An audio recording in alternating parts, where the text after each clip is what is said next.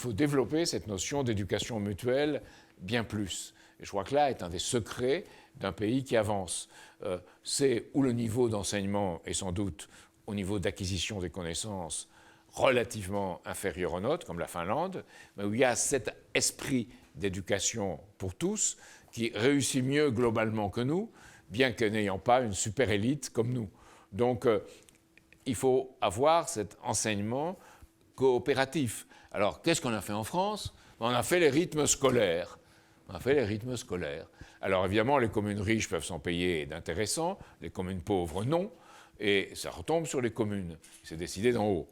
Donc, au lieu de cela, moi, je pense qu'il faudrait l'égalité dans les études, dans des classes d'études, où pendant 2 heures, avec l'enseignant, supervisant, et peut-être les meilleurs élèves aidant, il y a un ensemble qui avance dans la connaissance et dans l'intérêt pour cette connaissance.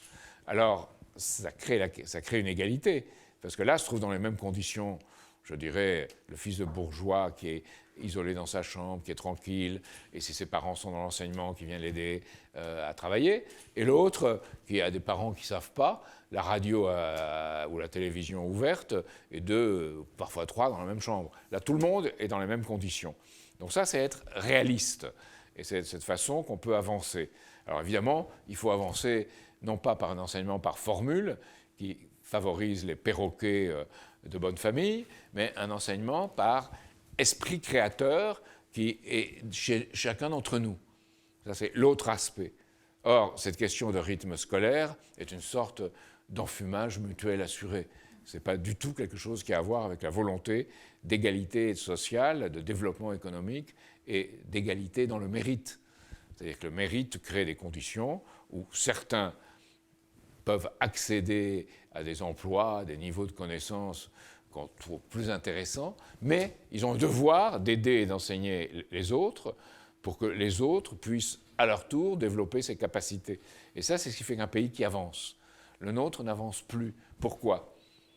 Parce que, excusez-moi de l'expression, comme des lapins se précipitant dans leur terrier, les familles honorables, qui veulent d'ailleurs le bien de leurs enfants, et je les comprends, poussent leurs enfants vers l'enseignement privé, qui, si vous voyez les statistiques d'un observateur, Le Point ou l'Express, qui se délectent de ces choses-là, où vous avez École Notre-Dame, École Auguste Comte, École Sainte-Marie, etc., qui sont toutes avec des succès de 100% au bac, parce qu'on a sélectionné les gens, et on a cette école privée qui est devenue une sorte de filière de la méritocratie, je ne dis pas du mérite, de la méritocratie, isolée du reste. Et les gens qui sont dans l'enseignement public et qui aboutissent après à l'université sont une catégorie B.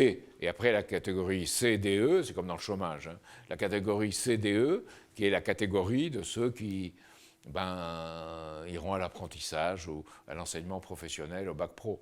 Et l'apprentissage est dans certaines régions une honte, parce que les gens qui veulent honnêtement y aller se trouvent avec d'autres qui ont été déversés là, et auxquels il faut apprendre à lire, à écrire, à compter, parce qu'à 14 ans, ils n'ont pas appris. Donc c'est pour ça que je suis partisan, dans tout l'enseignement, d'avoir moins d'enseignants en maternelle pour mieux suivre les enfants, surtout lorsqu'ils sont d'origines très diverses. Après, faire le point en CP puis en CM2 sur la capacité des enfants pour que tout le monde arrive en 6e, au moins avec les éléments leur permettant de suivre. Aujourd'hui, 20 à 25% des enfants arrivent en 6e sans la capacité de suivre.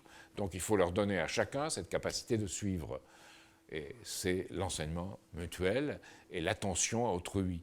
Si vous commencez par ne plus avoir attention à autrui là, vous devenez comme dans la caricature de la jeune Esther dans le Nouvel Observateur, qui est pour le moment la meilleure chose dans le Nouvel Observateur. Vous vouliez dire plus d'enseignants à la maternelle? Oui, plus. Pas moins, plus, oui. Non, moins d'élèves. Moins d'élèves et plus moins voilà, d'enfants.